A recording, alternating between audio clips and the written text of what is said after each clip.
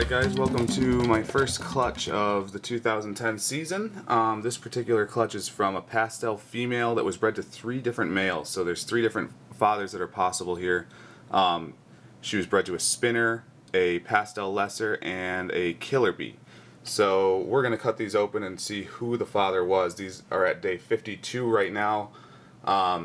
We're incubating at around 90 degrees, so our eggs usually hatch at 55, 56. So these are pretty close. As you can see, I don't know if you can see in that view, but a lot of these are getting pretty collapsed in, very dimpled, so you can tell they're about ready to go. So I'm going to cut these open and see what we got. Now the first step to cutting a clutch like this, as you can see, there's like an egg down here that's buried between other eggs. There's really no way for me to get to that egg. So this clutch, unfortunately, I was unable to get to before they'd all stuck together. Some of them I get to before they've kind of adhered to each other. But this one I'm going to have to try to pull apart, or I'm going to have to leave that egg alone. So I will try to pull them apart now.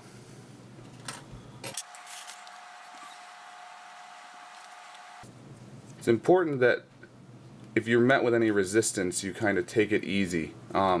Even though these are ready to go, if you rip the wrong part of the egg, like say the bottom, you're going to have all your albumin spill out, and that would be a very bad situation to be in. So as you can see, I got the top egg off. Now I can get to that other egg. I'd really like to remove this guy so that I have a clear shot at all of them.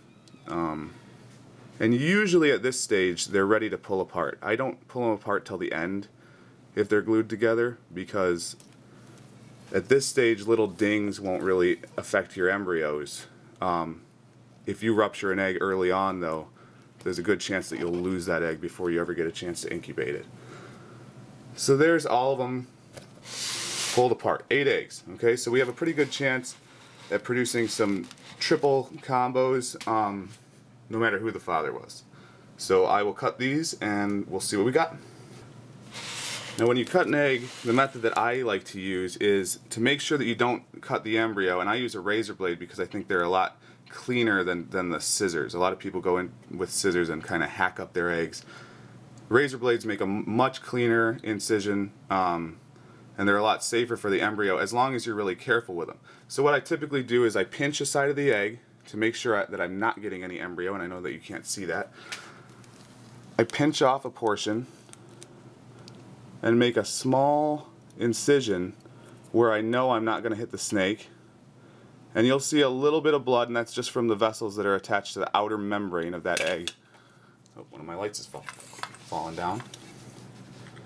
And then from there, you take a small pair of forceps that you can get into there. And I usually, you know, unless the babies are already pipping, I don't like to put a sunroof in these. I make a very small incision, and I go roughly an inch, and I'm very careful to just keep it right at the surface so that the embryo is not being touched by the forceps or the razor.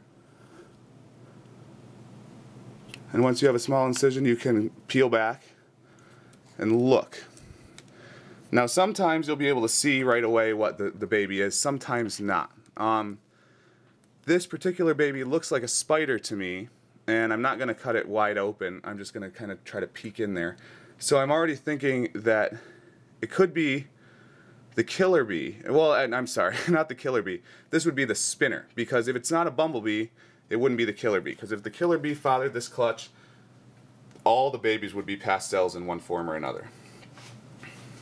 So let's see what we have behind door number 2.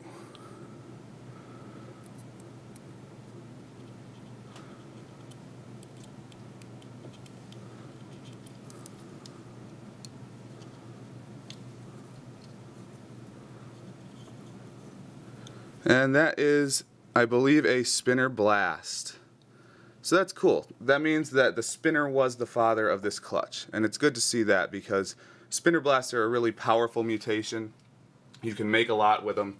And since they're 3 different genes, you can breed a spinner blast to a normal and produce more spinner blasts, which is kind of neat. If an egg is too turgid, you can just slide your blade right along the top. Just make sure that it doesn't go down into the egg. so that your embryo stays safe.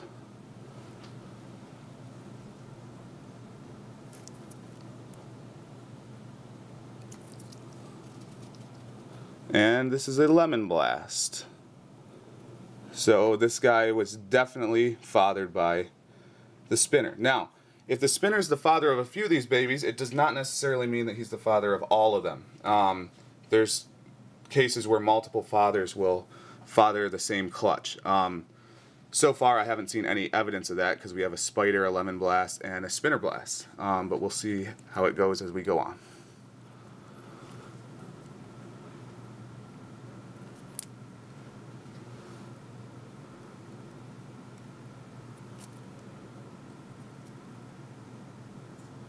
That's a bumblebee who is pushing me back out of the egg.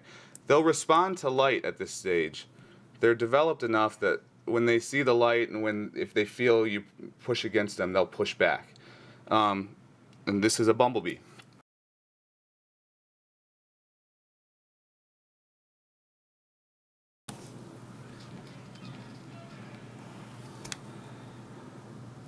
See orange something. This has some bubbles at the top. And that looks like it could be a bumblebee or it could be a spinner blast, but it looks like it has too much pattern. And some people will poke in their eggs and move the embryos around to try to get a better look at them. I like to keep my cuts small, and I like to really just leave the embryos alone. And they move around in there all the time. So if you go back and check on them in a few hours, chances are you'll have a better view of the embryo that you're looking at. But that is a bumblebee, I'm pretty sure. It's really hard to tell. Sometimes when you're only seeing side and belly pattern, it's best to just wait and see if they give you a better view of them later. I'm thinking that's a lemon blast, but upon seeing a little bit more of the scales, it looks like it's just a straight up spider.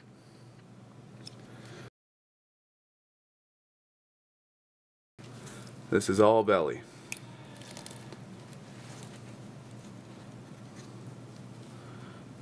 And I definitely see pinstripe pattern, but I can't see any color from what I can see. So I'm going to say that's either a pinstripe or a lemon blast. We'll see. And the final egg, I'll turn this around so that you guys can see.